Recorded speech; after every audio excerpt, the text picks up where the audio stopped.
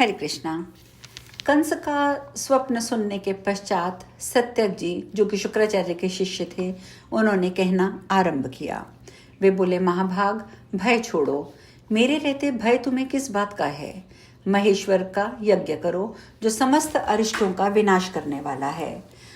इस महेश्वर याग का नाम है धनुर्यज्ञ, जिसमें बहुत सा अन्न खर्च होता है, बहुत सी दक्षिणा बांटी जाती है। यह यज्ञ दुस्वप्नों का विनाश तथा शत्रु भय का निवारण करने वाला है। उस यज्ञ से आध्यात्मिक, आदि दैविक और उत्कट आदि भौतिक, इन 3 तरह के उत्पातों का खंडन होता है। साथ ही ये ऐश्वर्य की वृद्धि करने वाला होता है। यज्ञ समाप्त होने पर समस्त संपदाओं के दाता भगवान शंकर प्रत्यक्ष दर्शन देते हैं और ऐसा वर प्रदान करते हैं जिससे जरा और मृत्यु का निवारण हो जाता है। पूर्व काल में महाबली बाण, नंदी, परशुराम, बलवानों में श्रेष्ठ भल्ल ने इस यज्ञ का अनुष्ठान किया था।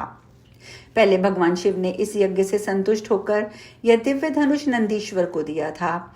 धर्मात्मा नंदीश्वर ने बाणासुर को दिया। फिर यज्ञ करके महासिद्ध हुए बाणासुर ने पुष्कर तीर्थ में ये धनुष परशुराम जी को अर्पित कर दिया। कृपा निधान परशुराम जी ने कृपा पूर्वक अब तुमको ये धनुष दे दिया है। नरेश्वर, ये धनुष बड़ा ही कठोर है। इसकी लंबाई 1 सहस्त्र हाथ की है। खींचने पर 10 हाथ तक फैलता है। इसका भगवान शंकर की इच्छा से निर्माण हुआ है। पशुपति का पाशुपत धनुष जुते हुए रथ के द्वारा भी कठिनाई से ढोया जा सकता है। भगवान नारायण को छोड़कर अन्य सब लोग इसे कभी नहीं तोड़ सकते। भगवान शंकर के इस कल्याणकारी यज्ञ में तुम शीघ्र ही इस धनुष की पूजा करो और शुभ कर्म में भेजने योग्य निमंत्रण सबके पास भेज दो। नरेश्वर, इस यज्ञ में यदि धनुष टूट जाएगा तो यजमान का नाश होगा, इसमें संशय नहीं है। धनुष टूटने पर निश्चय ही यज्ञ का भी भंग हो जाएगा। जब यज्ञ कर्म संपन्न ही नहीं होगा तो उसका फल कौन देगा? महामते, इस धनुष के मूल भाग में ब्रह्मा, मध्य भाग में नारायण तथा अग्रभाग में उग्र प्रतापशाली महादेव जी प्रतिष्ठित हैं। इस धनुष में 3 विकार हैं तथा ये श्रेष्ठ रत्नों द्वारा जड़ित है। ग्रीष्म ऋतु के मध्यकालिक प्रचंड मार्तंड की प्रभा को यह धनुष अपनी दिव्य दीप्ति से दबा देता है। राजन, महाबली अनंत, सूर्य और कार्तिकेय भी इस धनुष को झुकाने में समर्थ नहीं हैं। फिर दूसरे की तो बात ही क्या है। पूर्व काल में त्रिपुरारी शिव ने इसी के द्वारा त्रिपुरासुर का वध किया था। तुम इस महोत्सव के लिए बिना किसी भय के स्वेच्छापूर्वक मांगलिक कार्य आरंभ करो। सत्यक की बात सुनकर चंद्रवंश की वृद्धि करने वाले कंस ने सभी कार्यों में सदा यजमान का हित चाहने वाले पुरोहित जी से कहा। कंस ने कहा, पुरोहित जी, वसुदेव के घर में मेरा वध करने वाला एक कुलनाशक पुत्र उत्पन्न हुआ है, जो नंद के भवन में नंद नंदन होकर स्वच्छंदता पूर्वक पालित पोषित हो रहा है। उस बलवान बालक ने मेरी बुद्धिमान मंत्रियों, शूरवीर बांधवों, पवित्र बहन पूतना को मार डाला है। उस वन इच्छानुसार अपने बल को बढ़ा लेता है। उसने गोवर्धन पर्वत को 1 हाथ पर ही धारण कर लिया था और शूरवीर महेंद्र को भी पराजित कर दिया था। उसने ब्रह्मा जी को समस्त चराचर जगत के ब्रह्म रूप का दर्शन कराया था तथा बालकों और बछड़ों के कृत्रिम समुदाय की रचना कर डाली थी। सत्यक जी, उस बलवान बालक का वध करने के लिए कोई सलाह दीजिए।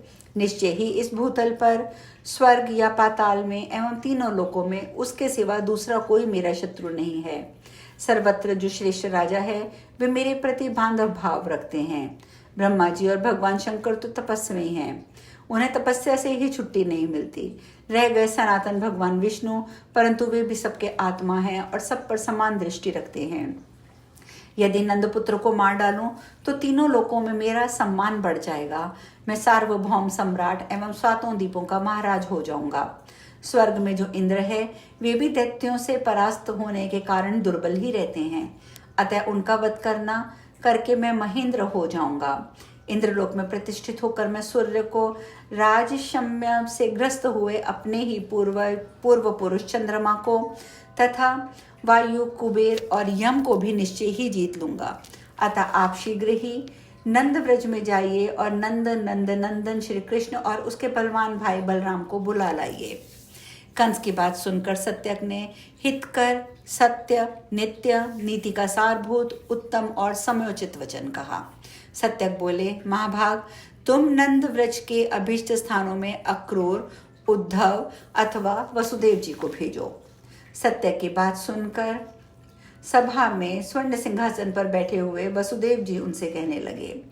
राजेंद्र कंस बोला, मेरे प्रिय बंधु वसुदेव जी, आप नीति शास्त्र के तत्वज्ञ और उपाय ढूंढ निकालने में चतुर हैं। अतः नंद व्रज में अपने पुत्र के घर आप ही जाइए। वृषभानु, नंदराय, बलराम, नंदन, श्री कृष्ण और समस्त गोकुल वासियों को यज्ञ के लिए यहाँ बुला लाइए।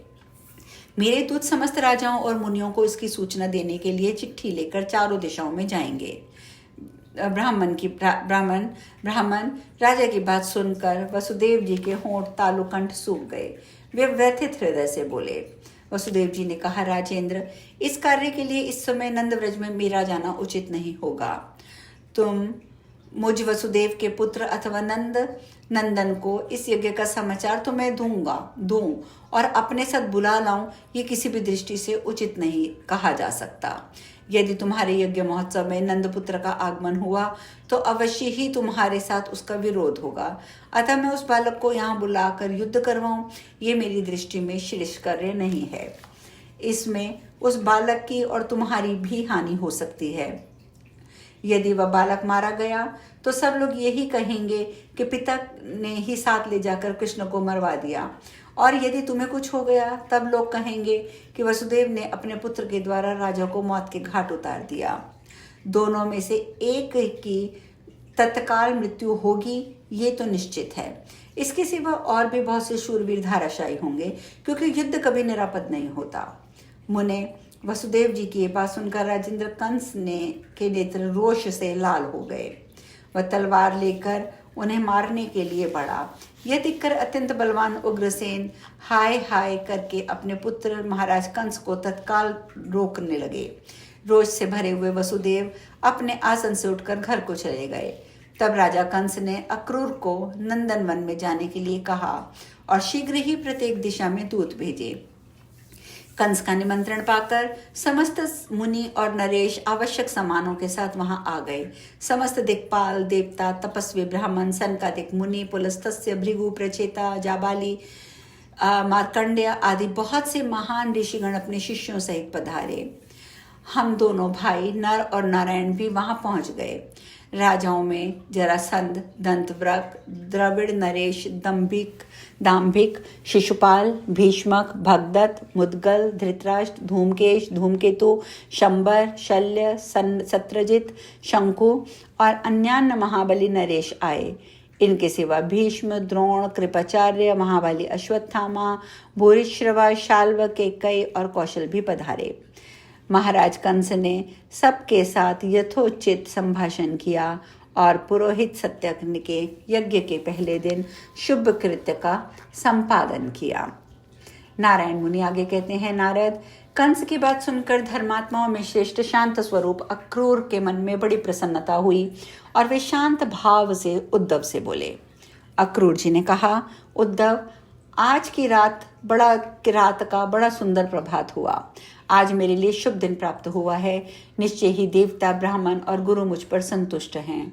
करोड़ों जन्मों के पुण्य आज स्वयं मुझे फल देने को उपस्थित हैं। मेरा जो शुभाशुभ कर्म था वह सब मेरे लिए सुखद हो गया।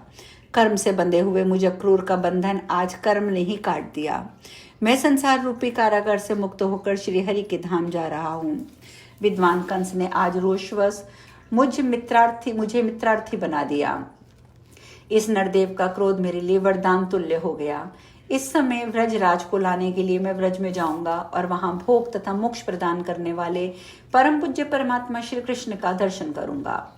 नूतन जलधर के समान श्याम कांति, नील कमल के सदृश नृत्य, कटि प्रदेश में पीतांबर धारण करने वाले वे भगवान या तो व्रज की धूलि से धूसरित होंगे या चंदन से चर्चित होंगे, अथवा उनके अंगों में नवनीत लगा होगा और वे मुस्कुरा रहे होंगे। इस झांकी से मैं उनके दर्शन करूंगा।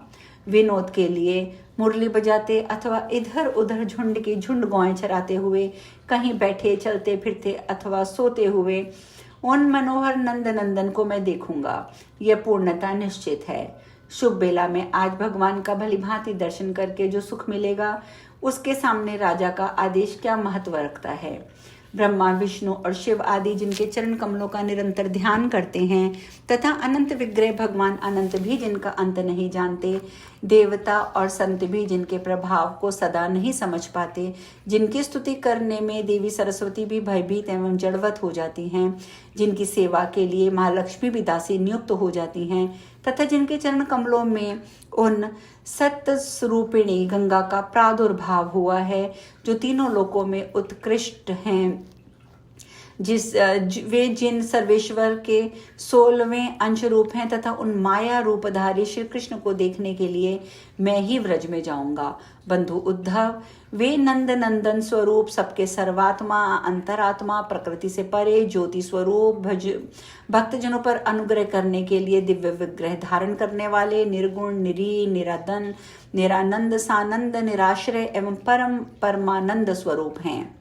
उन्हीं स्वेच्छामय सबसे परे विराजमान, सबके सनातन बीज रूप बाल मुकुंद का योगी जन नित्य निरंतर अहर्निश ध्यान करते रहते हैं। आज मैं उन्हें अपनी आंखों से देखूंगा। इस प्रकार से अक्रूर जी ने आगे और भी बहुत का ये चर्चा अब हम कल करेंगे। आज यहीं विश्राम लेते हैं। हरे कृष्णा।